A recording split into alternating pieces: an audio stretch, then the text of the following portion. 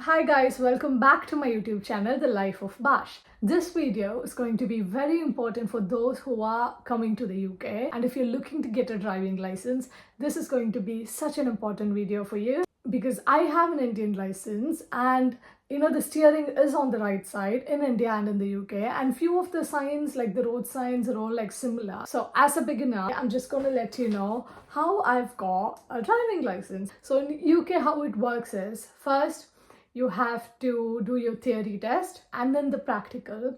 The practical bit, I haven't gone through that yet, so I'll make a video when I pass that. So there's two apps, okay? Both you have to pay for it.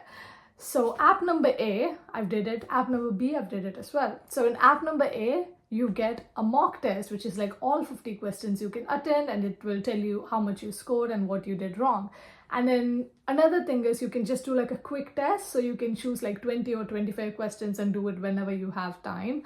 All these are going to be multiple choice questions. So it's pretty easy when you think of it like that. And they have like hazard perception videos as well. The hazard perception videos which they show is pretty much the same way the actual test hazard perception videos work.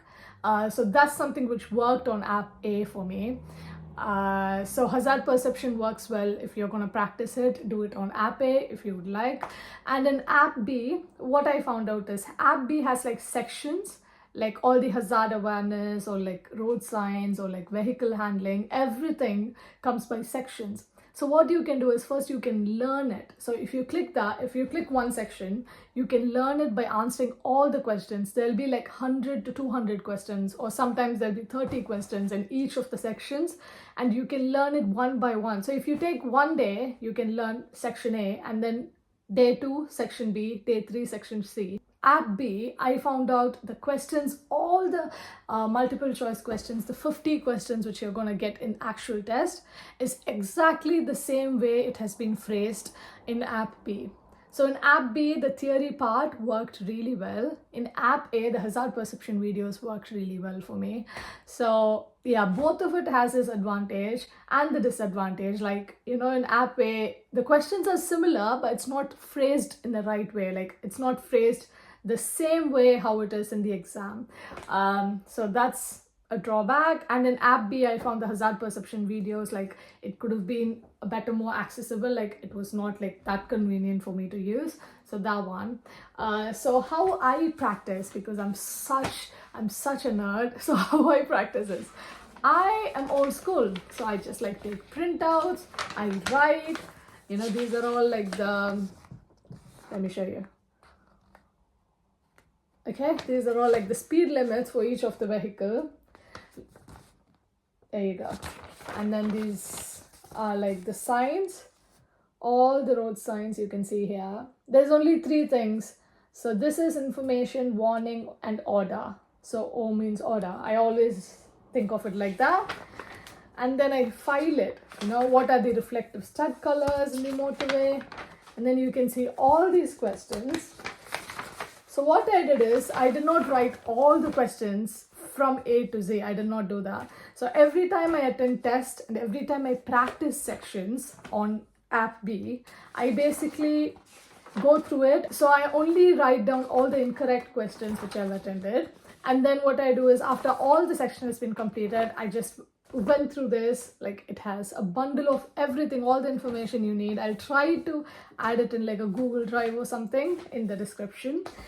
And before the test, I just like literally went through this. It's like takes me like 10 or 15 minutes, and then I got the test. And in terms of hazard perception, these are my tips. So maximum you can click 7 or 8 times. It will tell you like you can click as many times as you like, but that's not the truth. And only you can click 7 to 8 times, and it has to be like every second you can click like that. So if you see a hazard coming in, you can be like 1, 2, 3. You can do that, but if you click very fast, it will say that you won't be scored for this video. So you have to make sure that you are looking at the hazard, but you should not click it way faster. And the second tip is, You should always look out for bicycles, lorries, cars, and if someone's U-turning, if there's an indicator going on, if there's a fire engine, or if there's horse riders, you can always see. And if there's like, sometimes there's like fogs and things coming on in the road, you can always anticipate it and you can click that, because most of the hazard is going to be these things which I've said right now. And the last one is, out of all these 14 clips, I think, out of all these 14 clips, 13 of it will only have one hazard to it, and one video will have two hazards. So it might be you're driving in a snowy weather and it might be a fox running, and then there will be someone with a broken vehicle or something like that. There'll be two hazards in one video, so you have to look out for that.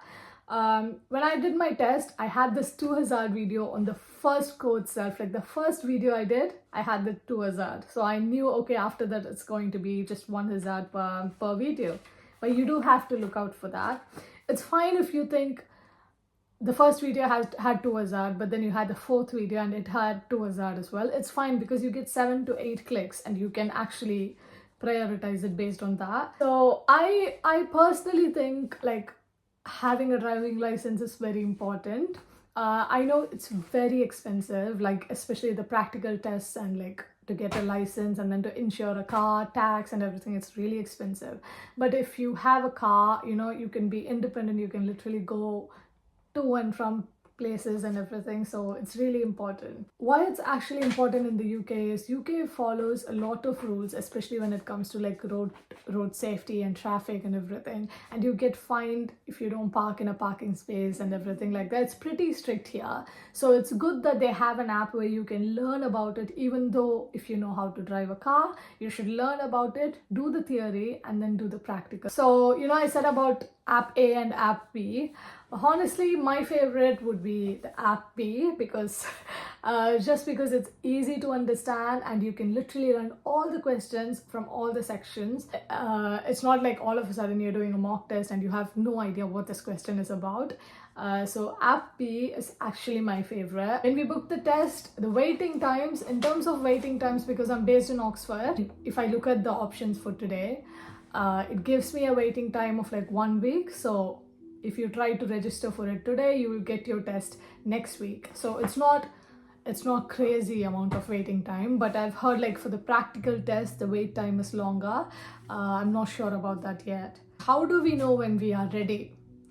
So the best thing to know when you're ready is when you open your app and when you practice all your sections, and then you know you'll get like some incorrect answers and you practice that, and then you should take a mock test. So I did a mock test in the morning and in the night whenever I have time. So when you do your mock test, if you score 50 out of 50 for consecutively like for 3 or 4 times, then you're ready for a test. Then you can book for a theory test. But if you're getting like just pass, or you're getting like 2 questions away from pass, then I don't think you should apply for it yet. But if you get like 48 out of 50 or 49 or 50 on 50, then you're ready for the test. And another tip is, when you apply for the theory test, when you book for it, it will ask if you need a help of a voiceover whenever you have a question. That has helped me so much, because even when you do your test, even when you like learn the questions and everything in the app, make sure you turn the voiceover on, because for me, I found it very easy to like listen to the question and then just pick the answer than like read through one by one, line by line, and then pick the answer.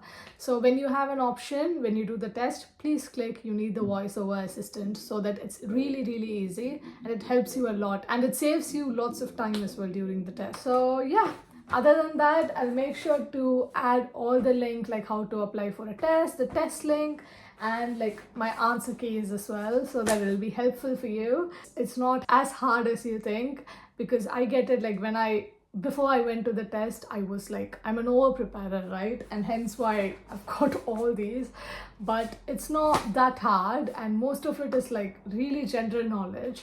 If you just read through a question and if you're not unsure about the answer, you can literally like flag it during the test, and then you can come back to it later. So when you come back to it, read through it again, and then just pick what you think will be the answer. Like, just as a human, just think as a human, you're driving a car, what would you do? The first thing which will come. Just do that and I think you'll be fine.